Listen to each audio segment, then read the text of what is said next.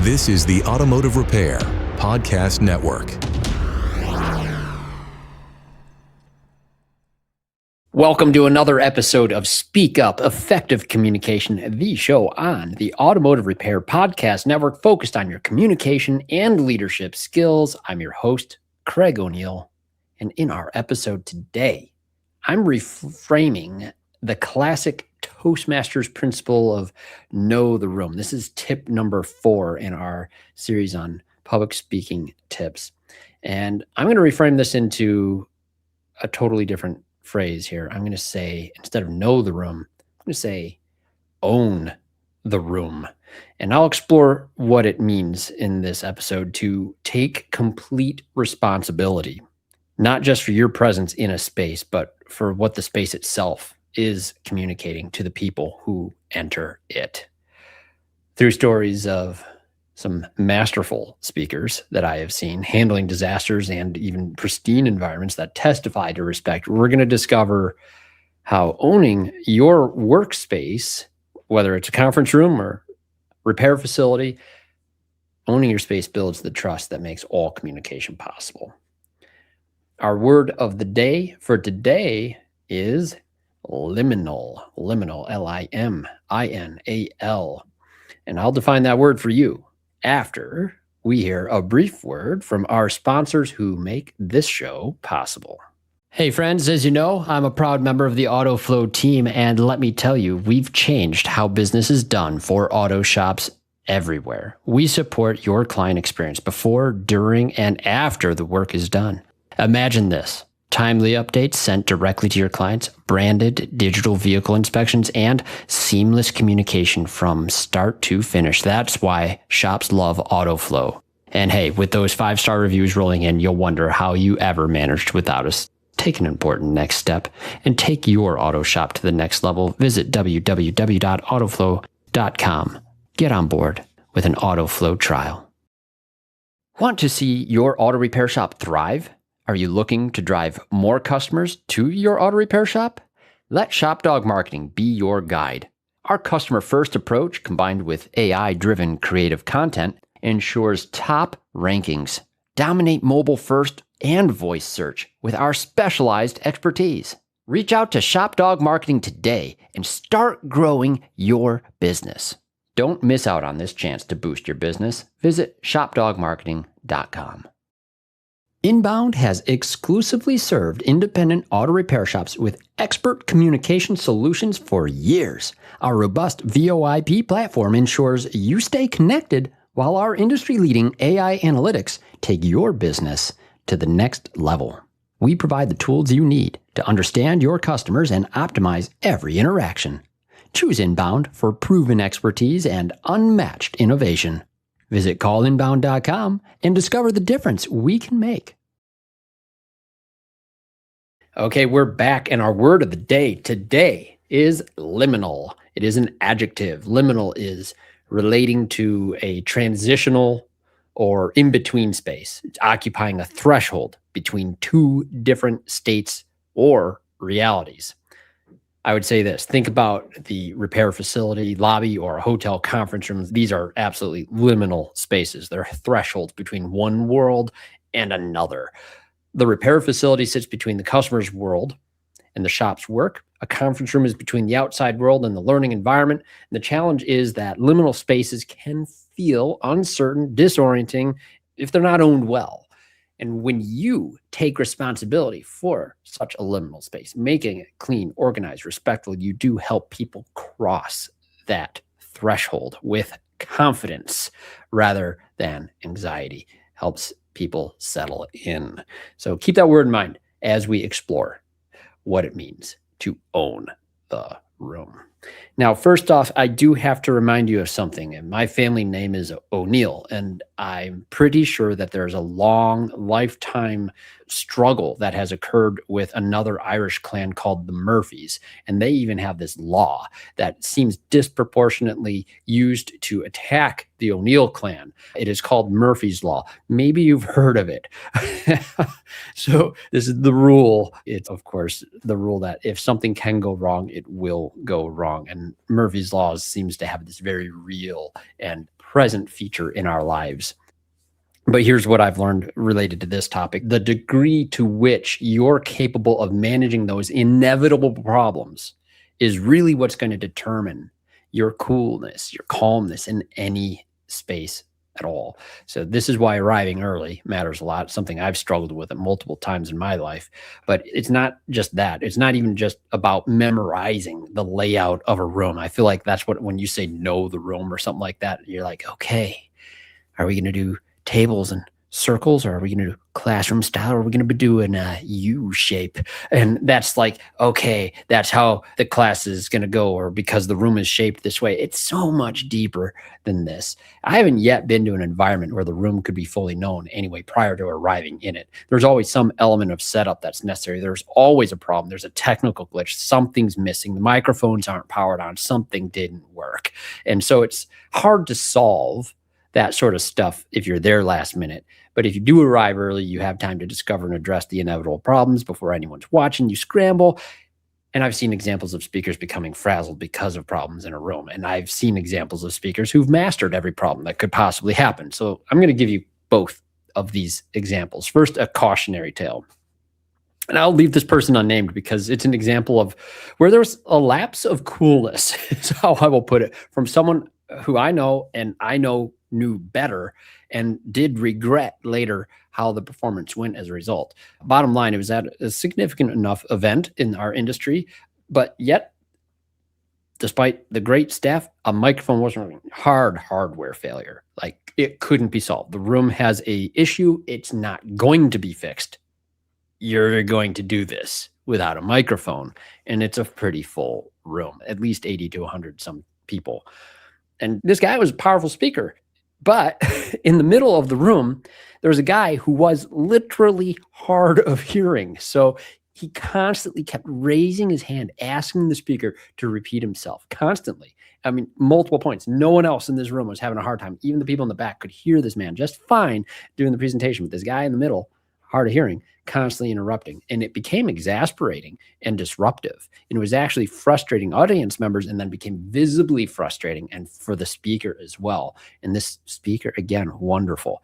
He could afford to take it down a notch, but losing your cool is not anything that you want to do. And when he finally says, dude, if you got to come sit up front, if you can't hear good, we've got a microphone problem and I'm speaking as loud as I can, right? That visible frustration, it hits in the audience differently, even if they're sympathetic to you. And we want to be able to avoid those sort of scenarios, despite the problems. Keeping the cool is tough though, in those scenarios. But that energy shift, that's something that was regretted later. And I don't think any significant damage was done, but it was a lasting memory on it. And it's come up multiple times in conversation. And that's what happens when room problems compound and you can't maintain your composure. And it can happen to the best of us, is hopefully what the takeaway is there. Absolutely can. And then I have to transition to just a master class in the inverse of this. And I'll name this person because I name him all the time. He's one of my dearest mentors. I mentioned him in the last episode. He's going to be mentioned again in this one. If you can guess, because you're a loyal listener on the show, yeah, it's Bob Greenwood. And I have to tell you this opposite story if I haven't told you this before, because it was huge. I brought him back into Grand Rapids by setting up a seminar, with ASA. And it was at a local, that was a Hilton, a pretty decent, nice one as well. And this event, I think, was plagued from the start, probably because O'Neill was helping to organize some of it, I guess. But first problem was one of Bob's suitcases with one of his workbooks didn't make it in. He was flying in for this, and so that didn't make it on the airplane. That was missing. No problem. He had it in his other workbook, and everything was going perfectly fine. But gosh, it was maybe 25, 30% of the way through his full day class. And the hotel had a freak power outage, some rainy day thing too, right? It was bad weather day, but it wasn't really related. There was no area power outage from the utility company. It was something happened inside the hotel and it wasn't going to get fixed. I mean, these hotel staff had to come in with like literally lanterns, battery powered lanterns, some of them. And Bob, of course, somehow just never missed a beat. He was unflappable in this time. We were able to continue with the workbook and everything. And I've seen him deliver that same presentation before. He did not miss one beat. We're talking no slideshow, nothing visible on the electronic side of things at all. And he was comfortable and he was doing great and everybody was with him. And that's what mastery would look like. That's what it means to truly own a room, no matter what happens. When everything that can go wrong does go wrong, and you don't get rattled because you're so present, so prepared, so settled into your purpose, and the external circumstances cannot shake you. Bob had so completely owned that space, that threshold of all things, that even when the lights went out, people could still cross that line with him and be with him without any issue. And this leads me to another one. And I will regard this as truly one of the greatest speakers. And this isn't about problems. This is about perfection. I want to tell you about John Thornton. And for those of you who have not listened yet to Matt Fonslow's interview on diagnosing the aftermarket, A through Z, right here on the Automotive Repair Podcast Network, I strongly encourage you. It's a 2-episode series where Matt interviews John Thornton. And John talks about how he prepares for presentations, how he regards the space for presentations, and a lot of this sort of topic will come through in that. So as an auxiliary, after you're done here, please check out that episode. It is a masterclass on this very topic. But when I say I hold John Thornton as the bar for some of the best speaking, best presentation, best training that I've ever seen in this industry, I'm not kidding, and I'm far from alone in that. There are many, many other people who say, yep, spot on. And John's such a humble guy. You probably hate that it's even being mentioned right now, but he's very good. The point is, and I've told John this, I had a very vivid moment when I was observing one of his seminars. And these were on Monday nights right here. We're very fortunate here in Grand Rapids, Michigan. This was taking place at it was then a Crown Royal. It's a Sheraton now, but it's a pretty nice hotel. Fancy, I would actually say, in terms of the conference room that we're in. It's got the chandeliers and everything. And it's a Cascade over here in Grand Rapids. It tries to be an up and up area. But this is a Monday night after a busy day at work. It's always in the colder season. I think it was somewhere in October, November, early December that we would see 3 classes or so from John, and we'd see Eric Ziegler up here too. But always a colder season, it felt like. And our team always tried to sit up front. That was what our grandpa taught us, always try to be front row students and these sort of things. Some of our friends from Tolman's Auto were there as well. And Philip Tolman, some of his crew, and lots of other people from around the area. And there's always over like 100 people in this class. Automotive Seminars does such a good job. And this was highly sought after training. And that's the context. But let me tell you what I was observing. The image that is burned into my brain. I was sitting on the far left side of the room towards the front there, and John was doing his thing. He's doing an amazing job. He's got everybody's attention. Everybody's watching him as he moves and paces around the room. All eyes are on him. You see the heads turn almost in unison. It's like people watching tennis. He's not bouncing around like that, but it's energetic, right? I was really, mind you, this is one of those things where I was observing. I was in management at this point, not technical training. As a manager and service advisor, I would still go with our technicians to a lot of the technical training as often as I could at this stage. It just always helped me understand the deeper technical things. But I wasn't really there to learn the same way the technicians are really absorbing the diagnostic process. I wasn't going to be applying this. But the room, every single table had tablecloths. And there were these shiny silver looking pitchers of water with the nice glass cups, and there's the napkins, and there's the tray of candies, and fancy place. And you have to contrast this with this bunch of technician types that came in. And I use the word technician, not just diagnostic specialist or anything. The uniforms are a little grimy, semi-soiled sometimes. Some of them have rougher duty work than the others. And this is the clothes they were wearing during the day. This is so early. It was like around 6 o'clock. A lot of them just immediately end their day, quickly get there. And I remember, I can't tell you what the point was that John made, but while we were sitting there, it was an interesting thing because I was looking down the row of people at my table and they're all right-handed. And John said, note this down. And everyone's hand grabs their pencil at the same time, seemingly in unison, almost like it were rehearsed. And they all start writing a note about the same time. And I'm looking down the row. It had this effect. You know how it looks when you have a mirror, and it creates a reflection upon reflection upon reflection upon reflection upon reflection. That's what it sort of felt like as I'm looking down this row of technicians' hand with the grease cracks in there. Is like the contrast of this image is forever in my brain of seeing these hard-working dudes absolutely dialed in this fancy freaking place. And it was just such an interesting and truly beautiful image of what I see as top quality, like training and respect. So why did this like have this impact on me? Like there's this audience with that grimier feel to it, the day's work, the contrast to that pristine space, the intense focus. But here was a speaker in true mastery in this space that I found out, especially listening to Fonslow's interview.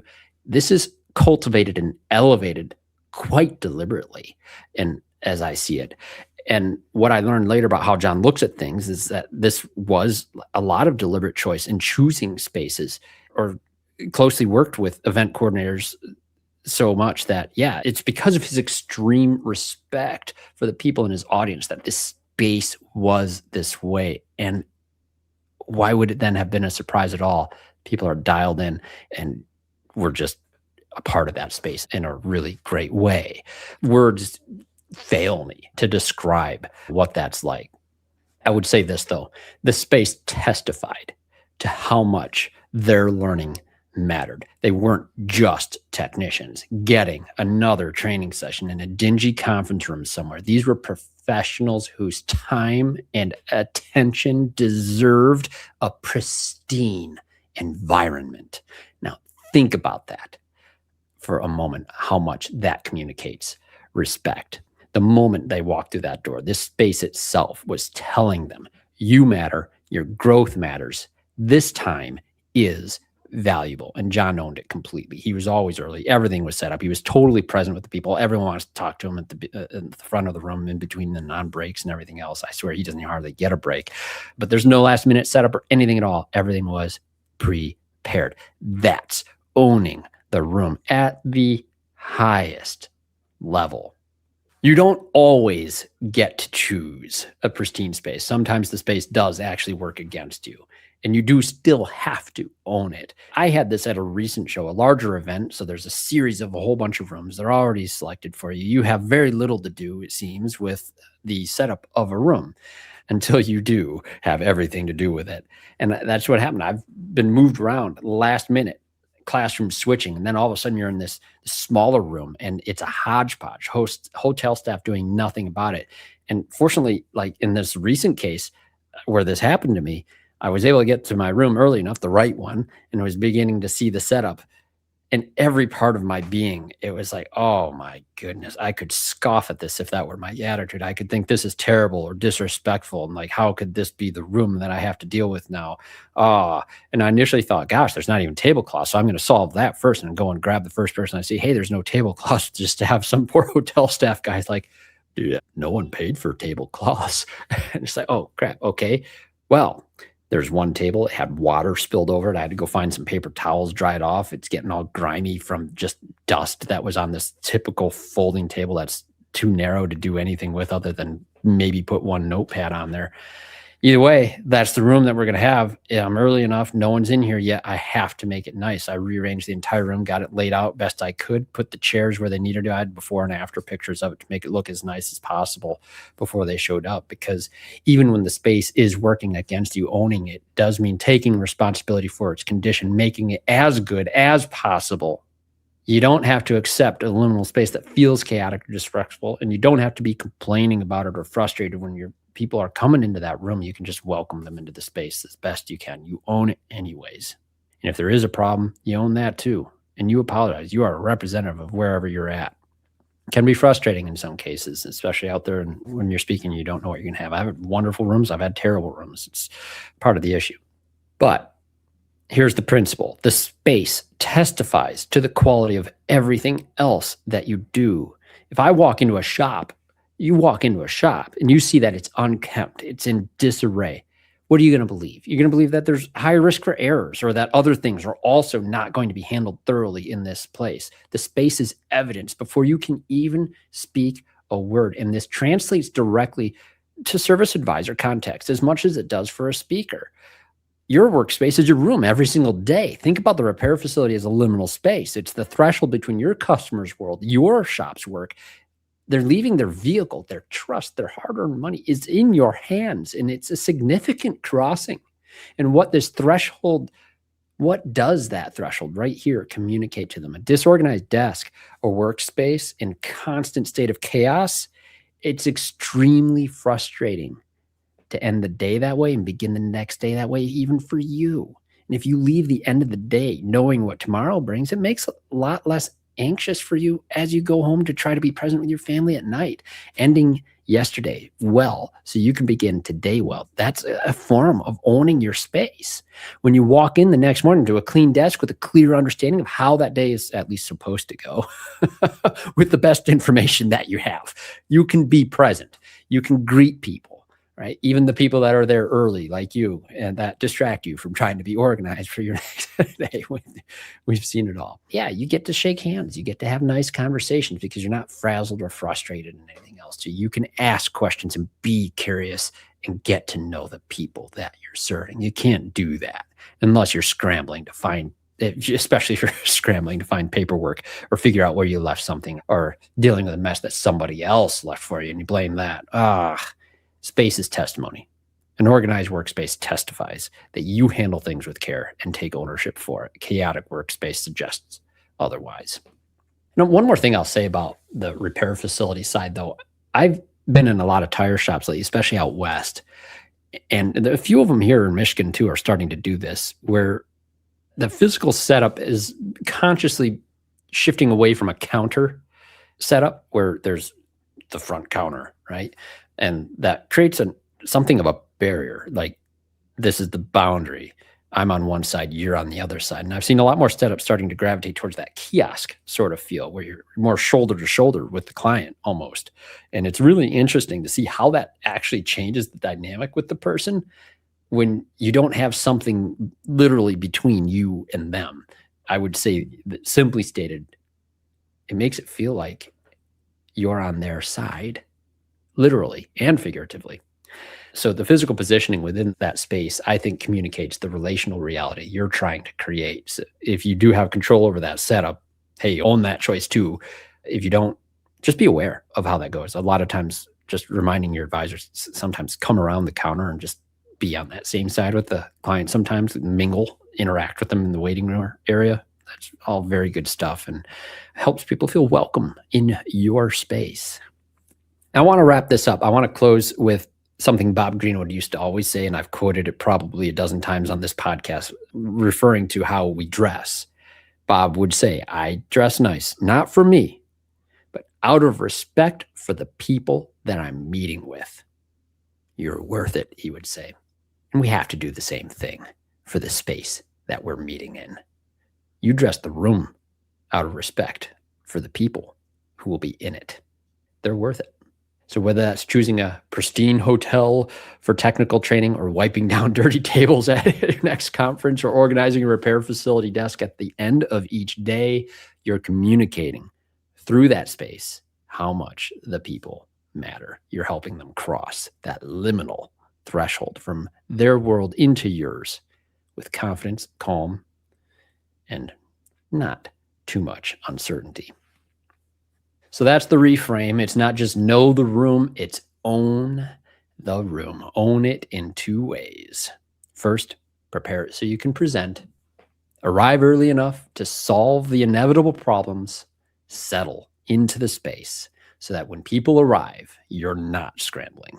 You're present for them. And second, cultivate it so it testifies to quality. The space itself is evidence of how you approach your work. Make it clean, make it organized, make it communicate respect, because presence builds trust, and the space itself is part of the trust building. Be like Bob, unflappable when everything goes wrong. Be like John, deliberate, respectful in every detail, and don't be too frazzled too easily when problems do take place. Own the room, because people in it deserve your best. If you have something to add, folks, if you have something you're curious about, something you'd like to talk about, email me here at this space. Speak up at craigoneal.net. I would love to hear from you and your experiences with spaces, whether as an attendee at conferences or as a speaker yourself, we all have stories. And I do love to hear them. We appreciate hearing from you on anything that helps or your suggestions on topics you'd like to hear us discuss on the show that will help you on your communication journey. And remember, listen up on the app. Download it to all the shows on the Automotive Repair Podcast Network. Remarkable Results Radio with Carm Capriato. Diagnosing the Aftermarket A through Z with Matt Fonzel. We've mentioned enough on this episode. Business by the Numbers with Hunt Demarest, the Auto Repair Marketing Podcast with Brian and Kim Walker, the Weekly Blitz with Coach Chris Cotton. And once again, thank you to our sponsors. Thank you, our loyal listeners, for joining us. Now get out there, listen up, speak up, and own the room. You've been listening to Speak Up, Effective Communication with Craig O'Neill on the Automotive Repair Podcast Network. Download our exclusive podcast app at automotiverepairpodcastnetwork.com because the best conversations in the industry start here. Check the show notes for Craig's YouTube channel and email. Let him know what topics you'd like him to speak up about.